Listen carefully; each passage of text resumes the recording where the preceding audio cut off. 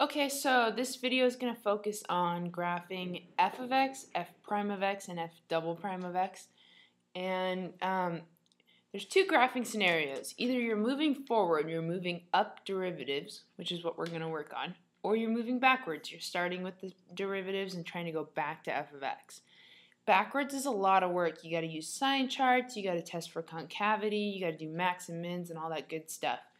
But forwards is actually a little bit easier. That's why you learn how to do this first. Here's how it works.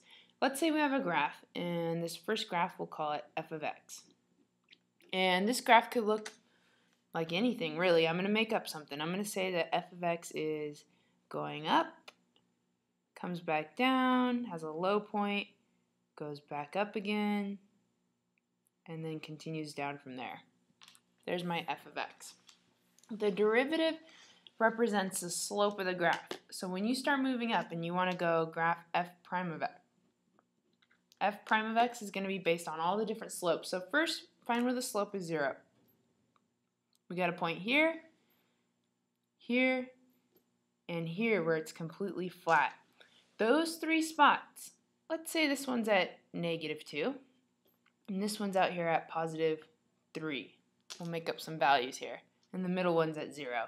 That means at -2, 3, and 0 in the center, you're going to have spots on the x-axis, points on the x-axis. Then to interconnect these points, you're going to use all the different types of slopes. So here we've got positive slope. It's all increasing.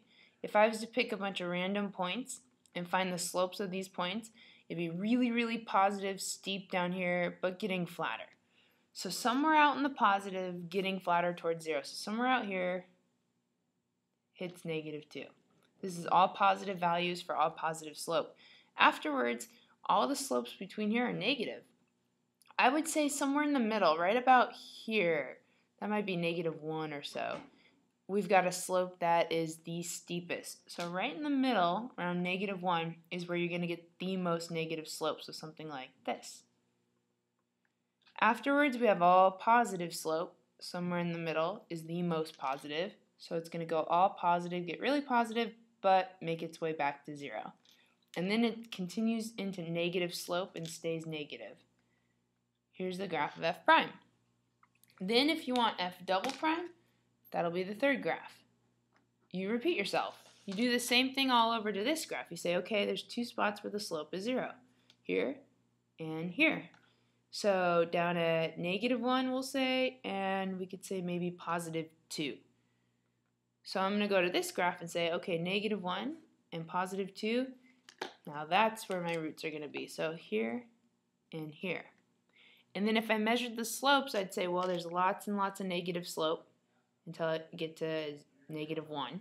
So lots and lots of negative slope until I get to -1. Then we've got positive slope, steepest spot probably happening in the middle, so something right about there, but it works its way back to flat. Then we've got all negative slope continuing into the negative. And there's my second derivative. So when you're doing your derivative graphs, if you're moving forwards, everything you do, notice I didn't make any sign charts or talk about concavity. No, all I talked about was slope, and that's what I used to move forward.